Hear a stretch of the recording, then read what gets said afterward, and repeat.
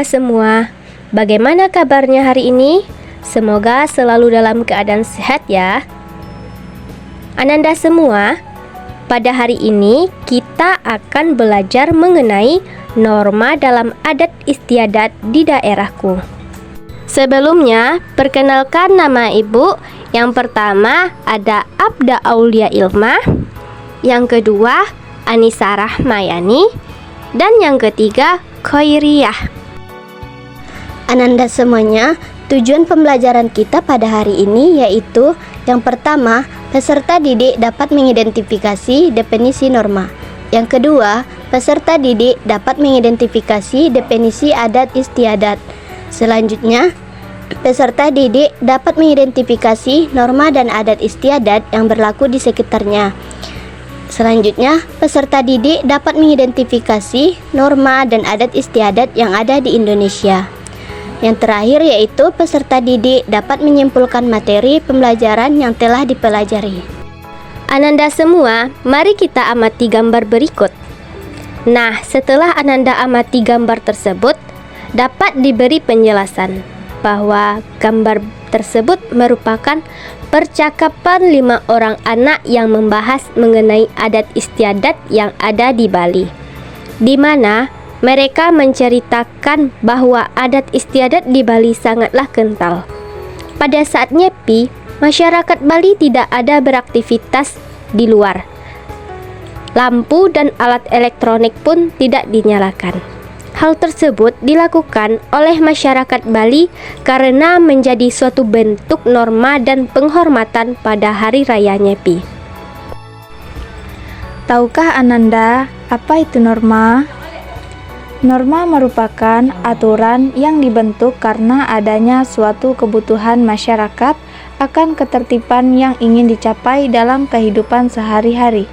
Dan jika norma atau peraturan yang ada dilanggar, orang tersebut akan mendapatkan sanksi sesuai dengan kesepakatan yang sudah berlaku. Tahukah Ananda bagaimana fungsi dari norma? Fungsi dari norma yaitu yang pertama, terciptanya kehidupan masyarakat yang lebih aman dan tertib. Yang kedua, mengatur perbuatan masyarakat agar sesuai dengan nilai yang ada dan berlaku. Yang ketiga, mencegah adanya benturan kepentingan antar masyarakat. Yang keempat, membantu masyarakat dalam mencapai tujuan atau kesepakatan bersama. Yang kelima, petunjuk maupun pedoman yang dapat digunakan untuk menjalani hidup di lingkungan masyarakat sebagai individu. Yang keenam, mengatur perilaku masyarakat. Yang ketujuh, digunakan agar adanya suatu batasan untuk tidak dilanggar. Yang kedelapan, mendorong individu untuk dapat beradaptasi dengan lingkungan masyarakat yang ada berdasarkan nilai-nilai yang berlaku. Bagaimana macam-macam norma? Tahukah Ananda bagaimana macam-macam norma? Macam-macam norma yang pertama yaitu norma formal. Norma formal merupakan suatu aturan yang dijalankan oleh masyarakat yang dirumuskan oleh pihak yang berwenang seperti pemerintahan maupun lembaga masyarakat atau institusi resmi yang berguna untuk mengatur masyarakat dan memastikan adanya kesepakatan bersama yang sifatnya resmi maupun formal. Yang kedua yaitu norma non-formal. Norma non-formal adalah suatu bentuk ketentuan maupun aturan yang dijalankan masyarakat dalam sebuah lingkungan tanpa diketahui siapa yang merumuskannya, dan biasanya bentuk dari norma non-formal ini tidak tertulis. Apa saja jenis-jenis norma? Jenis-jenis norma yang pertama yaitu norma kesusilaan. Norma kesusilaan berkedudukan sebagai peraturan hidup yang berkaitan dengan bisikan kalbu dan suara hati nurani manusia. Sejatinya, manusia diciptakan sebagai makhluk hidup yang penuh kebaikan dan memiliki hati nurani. Dalam hati manusia selalu ada seruan untuk berbuat baik, membantu sesama, dan berkata jujur. Contoh pelaksanaan norma kesusilaan yaitu yang pertama, jangan mencuri barang orang lain. Yang kedua, bersikap jujur. Dan yang ketiga, kita sebagai manusia haruslah saling menyayangi. B. Norma kesopanan. Norma kesopanan merupakan norma yang berkaitan dengan pergaulan manusia dalam kehidupan sehari-hari.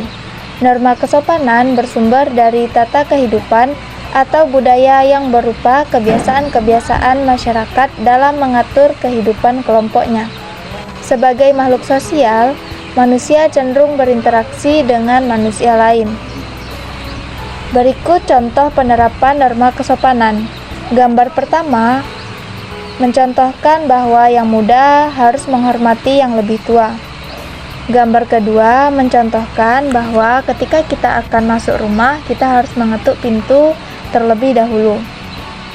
Dan gambar yang ketiga, ketika kita akan pergi sekolah, kita harus berpamitan dengan orang tua. C. Norma agama. Norma agama adalah sekumpulan kaidah atau peraturan hidup manusia bersumber dari wahyu Tuhan di dunia. Contoh penerapan norma agama yaitu toleransi terhadap agama lain, beribadah sesuai agama yang dianut, tidak minuman keras. Selanjutnya, ada norma hukum. Norma hukum adalah peraturan mengenai tingkah laku manusia dalam pergaulan masyarakat dan dibuat oleh badan-badan resmi negara.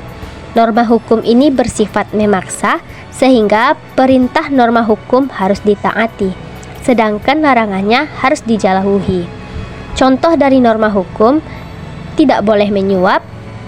Sebagai warga negara, kita harus membayar pajak, dan kita harus taat aturan lalu lintas. B. Adat istiadat di masyarakat. Bagaimana arti dari adat istiadat? Adat istiadat merupakan budaya dari suatu daerah dan mewakili norma, nilai, tradisi, dan kebiasaan bersama dari suatu tempat. Tahukah Nanda bagaimana fungsi dari adat istiadat? Fungsi adat istiadat untuk memandu sikap serta perilaku di masyarakat. Sedangkan menurut KBBI, adat istiadat merupakan tata kebiasaan yang kekal secara turun-temurun dari generasi ke generasi. Tahukah Nanda bagaimana jenis-jenis adat istiadat? Yang pertama yaitu ada adat istiadat tertulis. Contohnya ada piagam-piagam raja, ada peraturan persekutuan hukum adat yang tertulis seperti penataran desa, agama desa, dan awik-awik. B. Adat istiadat tidak tertulis. Contoh adat istiadat yang tidak tertulis antara lain: yang pertama, upacara ngaben dalam kebudayaan Bali. Yang kedua, acara sesajen dalam masyarakat Jawa. Dan yang ketiga, upacara selamatan yang menandai hidup seseorang dalam masyarakat Sunda. C. Hukum adat. Menurut Van Vollenhoven, hukum adat adalah keseluruhan aturan tingkah laku masyarakat. Aturan ini berlaku dalam daerah tertentu dan ada sanksi yang sesuai. Pengertian dari terhar, hukum adat adalah keseluruhan peraturan yang menjelma dalam keputusan adat dan yang berlaku. Bagaimanakah norma dan adat istiadat yang ada di Indonesia?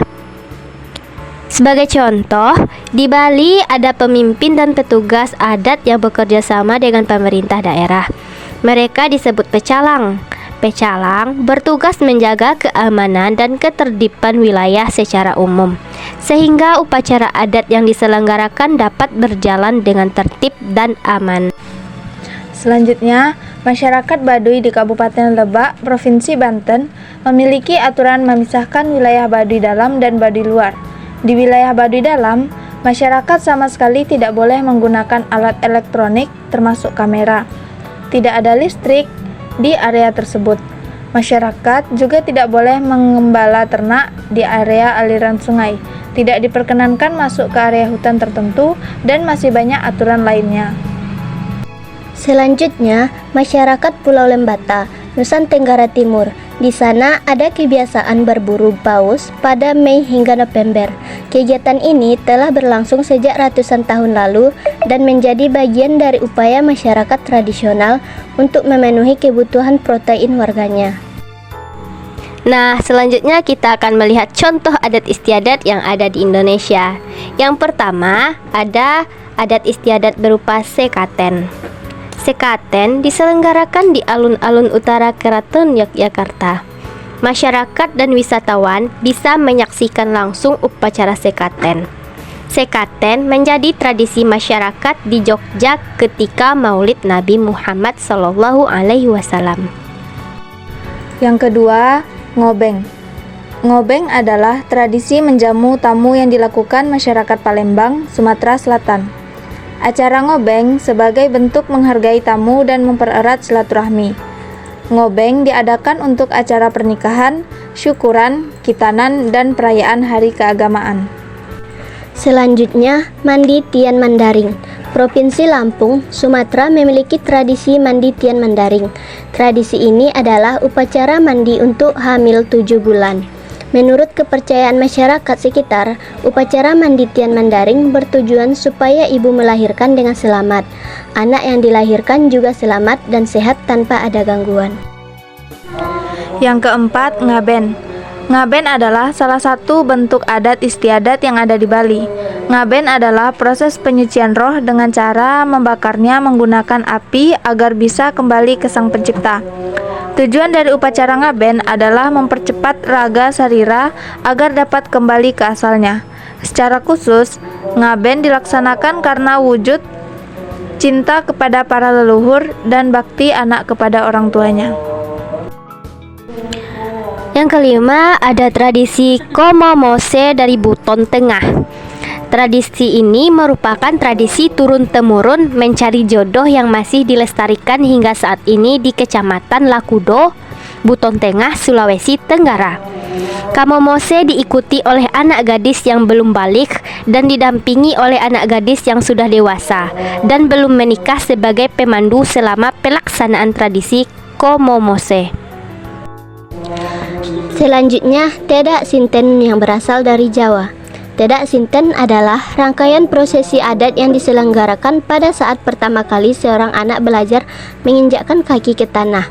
Tedak berarti turun dan Sinten artinya tanah. Tradisi ini biasanya dilakukan saat anak berusia sekitar 7 atau 8 bulan. Selanjutnya, Iki Palin.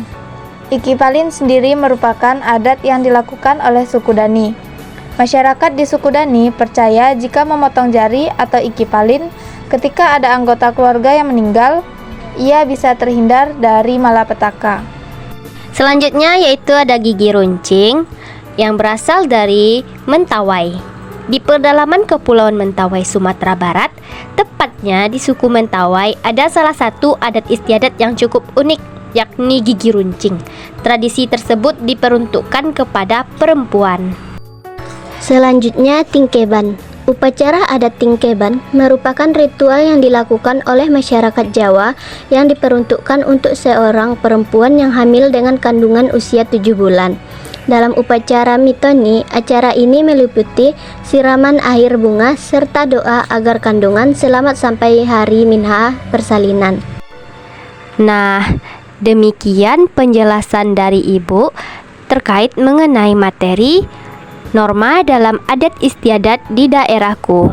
Semoga apa yang telah Ibu jelaskan tadi dapat Ananda pahami ya. Sampai jumpa di pertemuan selanjutnya.